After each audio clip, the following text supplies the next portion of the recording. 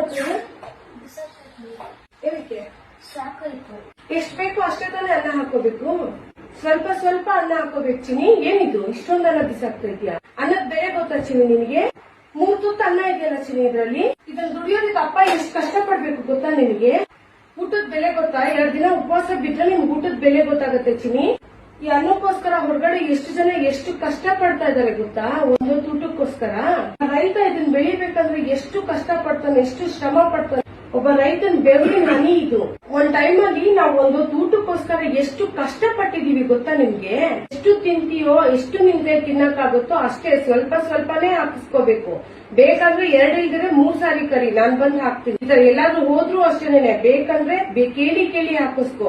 ತಟ್ಟೆ ತುಂಬಾ ಊಟ ಹಾಕಿಸ್ಕೊಂಡು ಈ ತರ ಅರ್ಧಂಬರ್ಧ ತಿಂದು ಬಿಸಾಕೋ ಕೆಲಸ ಮಾತ್ರ ಮಾಡಬಾರ್ದು.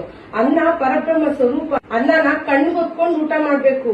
ಯಾಕಂದ್ರೆ ನಿಮ್ಗೆ ದೇವರು 3 ಹೊತ್ತು ಊಟ ಕೊಟ್ಟಿದ್ದಾರೆ. ಎಷ್ಟೋ ಜನಕ್ಕೆ ಅದು ಇಲ್ಲದ್ರೆ ಎಷ್ಟೋ ಕಷ್ಟ ಪಡ್ತಾ ಇದ್ದಾರೆ. ಎಷ್ಟು ಪುಣ್ಯ ಮಾಡಿದಿರ ನೀವು. ನಿಮ್ಗೆ ಟೈಮ್ ಕರೆಕ್ಟ್ ಆಗಿ ಬಿಸಿ ಬಿಸಿಯಾಗಿ ರುಚಿ ರುಚಿಯಾಗಿ 3 ಹೊತ್ತು ಬಿಸಿ ಬಿಸಿ ಊಟ ಸಿಗ್ತಿದೆ. ನಮ್ ಟೈಮ್ ಅಲ್ಲಿ 1 ಹೊತ್ತು ಮಾಡಿದ ಅಡಿಗೆನೆ 3 ಹೊತ್ತು ನಾವ್ ಅದನ್ನೇ ತಿಂತಾ ಇದ್ವಿ. ಹೋಗು ತಗೊಂಡೋಗಿ ಪೂರ್ತಿ ಊಟ ಮಾಡ್ಕೊಂಡ್ ಬಾ. ಒಂದಗಳ ಅನ್ನ ತಟ್ಟೆಲ್ ಬಿಡ್ಬೇಡ. ಸಾರಿ ಅಮ್ಮ.